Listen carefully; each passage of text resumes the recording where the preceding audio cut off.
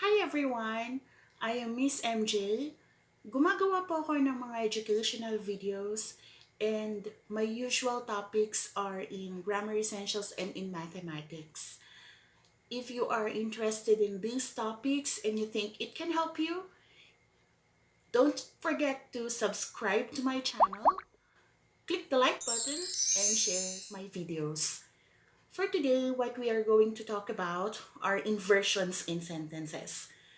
This is not a very usual topic, pero yung inversions in sentences kasi, importante yan if you wanted to be creative in writing, if you wanted to write good poetry, or if you wanted to write good essay. So ngayon, ang i-discuss ko sa inyo kung ano nga ba yung inverted sentences, kung paano yung ginagawa, and kung ano yung mga words, phrases that you can use to make inverted sentences. If you are interested in this topic, just keep on watching.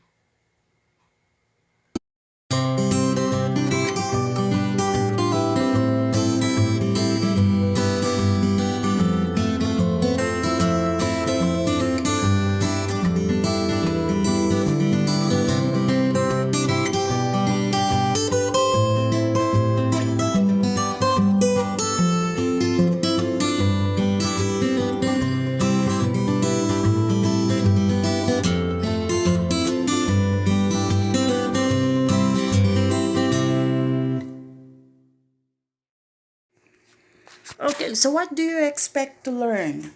What we will learn today is identifying a natural order sentence. We are also going to identify inverted order sentences and conversion of natural order sentences to inverted order sentences and vice versa. Ibig sabihin, yung natural order sentences, gagawin nating inverted order sentences. Okay? So, these topics, ang gagawin natin dito, pagbabalik na rin natin yung subject at saka verb. Okay? Don't worry. I will be discussing it clearly so that everybody can understand what I'm talking about. These are just the expectations that we are going to set sa lessons natin for today. You will also learn the purpose of inverted order sentences, the clues to find inverted sentences, and of course, we are going to talk about the common phrases that suggests inversion in sentences. Alright? So, bakit nga ba natin kailangang i-invert ang sentences? Medyo pinahapyawan ko na kayo sa intro ko kanina. Kailangan natin to para mas maganda yung pagsusulat natin, especially ng essays and poetry. Yung sa clues to find inverted sentences, meron kasing mga clue words na pwede nating gamitin or yung sa common phrases pwede nating makita. Okay, first of all, ang natural order of sentence munang i-discuss natin. So, if you have this format, subject, verb, and the complement. Halimbawa, the farmer stays in the barn. Ang subject dyan yung pinag-uusapan, the farmer. Okay? And then, the following word, stays, yun yung verb. Yun yung kilos na ginagawa ni farmer. And then, the complement, dyan yung predicate natin, which is in the barn. So, kapag ganito yung format ng sentence natin, this is in the natural order. Or, when we say natural order, usual. Ganito sinusulat madalas yung mga sentences. Nauuna yung subject, tapos sinusundan yun ng verb, right? Whereas, yung inverted order naman natin, the format is auxiliary verb, or yung helping verb natin, is, are, was, were, do, does. The subject, yung pinag-uusapan, plus a verb. Pwede ring wala, okay? So, auxiliary verb, subject, plus verb, pwedeng wala na yung last na verb. The example here, how do you set the alarm clock? Ang auxiliary verb natin, helping verb do. subject is you, and then there's another verb, set. So if this is the format, inverted order to. Nauna yung verb. So when do we use inversions? Kasi maraming instances when we use inversions. Typically, kapag questions, yan ang una. Inversion in questions, almost all questions are inverted. But not every question, okay? Negative adverbial expressions, meron ding adverbials at the beginning of a sentence. Pwede rin sa adverbs of place, especially if it's here or there. And we also use this for some prepositional phrases at the beginning of a sentence, and when we use conditionals. Okay, so tandaan nyo lang yan. Iilan lang yan. Because we don't invert sentences that often. Okay? So, isa-isahin natin. Inversions in questions. Is he going to the pub? Which team is winning? Sa first sentence natin, nauna yung is. Which is an auxiliary verb. He is the subject. Going is the main verb. So, meron tayong auxiliary verb, subject, main verb na format. Ibig sabihin, inverted sentence to. Sa next part naman, which team is winning? Nauna yung team, which is a noun. Therefore, subject yan. Tapos, sumunod yung is winning. Helping verb and the main verb. So yun, hindi yun inverted. Yung negative adverbial expressions naman. So kapag nakita nyo tong mga phrases na to, in no way, little, never, seldom, rarely, hardly, ever, usually inverted yung mga sentences. Halimbawa, in no way should we decline their offer. In no way, di ba? That's the adverbial expression. Little did they know about me. Little, that's the adverbial expression. Okay? So yung did dyan, that is your auxiliary verb. They is the subject. No, that is your main verb. So again, inverted. Never has he felt so embarrassed. Never, your negative adverbial expression. Has is the auxiliary verb. He is the subject. Felt, main verb. So, helping verb, and then the subject, main verb. Again, it's an inverted sentence. So, yun lang ang tatandaan yung format. Kapag nauuna yung verb, inverted siya. So, pwede ding adverbials at the beginning of a sentence. So, kapag nakita nyo tong mga phrases na hardly, seldom, rarely, yan. Usually inverted ang sentences. Halimbawa, seldom does the teacher finishes her class early. Does ang ating ginamit na auxiliary verb. The subject is the teacher. Finishes, main verb. Again, does, yung ating auxiliary verb. Rita is the subject. Forget is the main verb. Okay? So again, inverted. Diba? So these are the instances you use inversion, ha? Marami pa. So, there you go. Adverbs of place.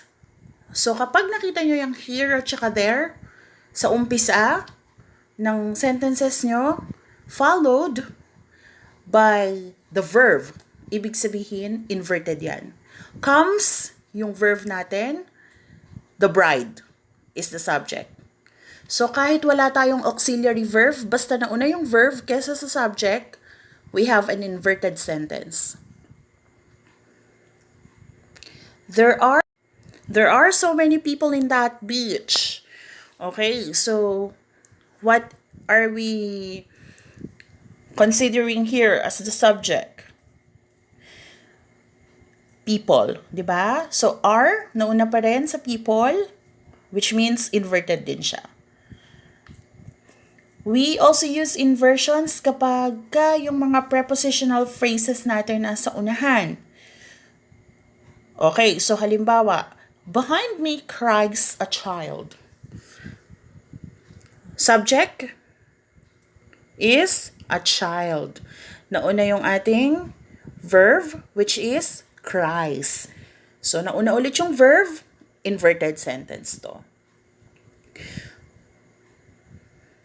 Over the table hangs a painting. Hangs is the verb. The subject is a painting. See?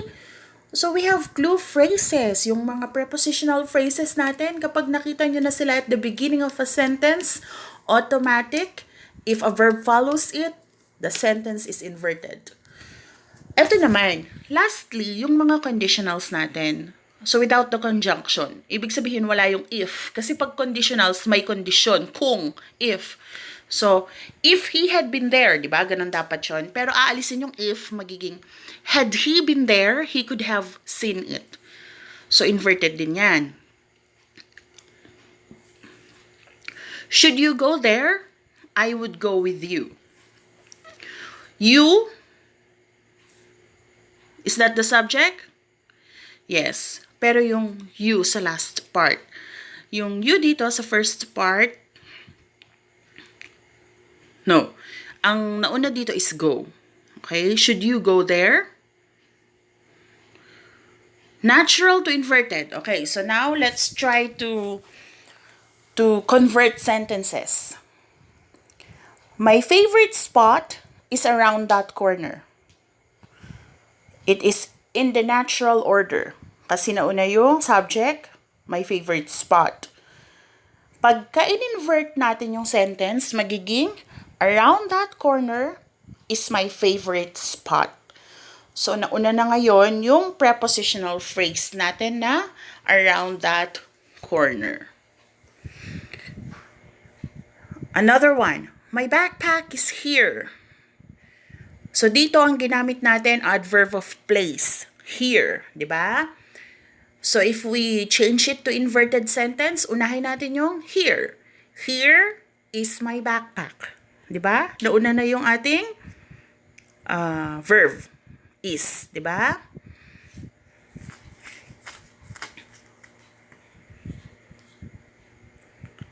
See, all you have to do is to practice changing natural to inverted sentences and vice versa until such time na ma-master nyo na.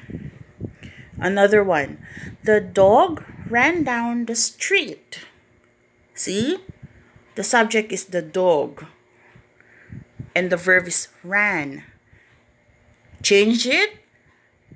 Lipat natin yung prepositional phrase. Down the street, followed by the verb, ran, and then the subject, the dog. Right? So it is very easy. Napakadali lang, di ba? Okay. Baliktarin naman natin. Inverted to natural. Here is my lovely kitten. Nauna yung verb. Baliktarin natin. Unahin natin yung subject.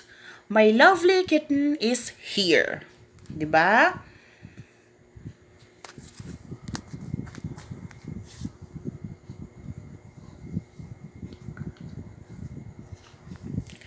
In the first row sat the student smiling. Ang ating verb sa first sentence is sat. Subject is student. Pag binaliktad, unahin natin yung subject na student. The student, isunod natin yung verb na sat. The student sat in the first row, smiling. Never have I seen so many pairs of shoes. I have never seen so many pairs of shoes. Never. Negative, adverbial expression, di ba? Followed by have, which is an auxiliary verb. Subject is I. Di ba? Baliktarin natin. Unahin natin yung subject. Lagay natin sa pinakauna. I. And then followed by the verb, have. Di ba? Oh. Now, we're going to do a quick quiz.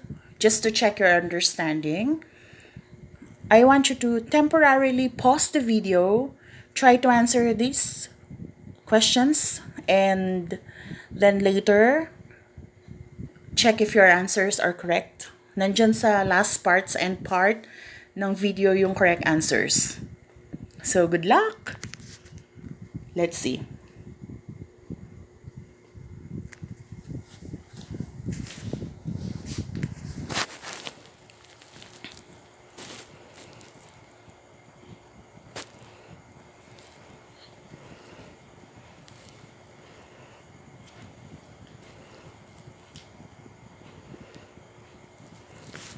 Alright, so there you go. Here are the answers for the questions that I posted.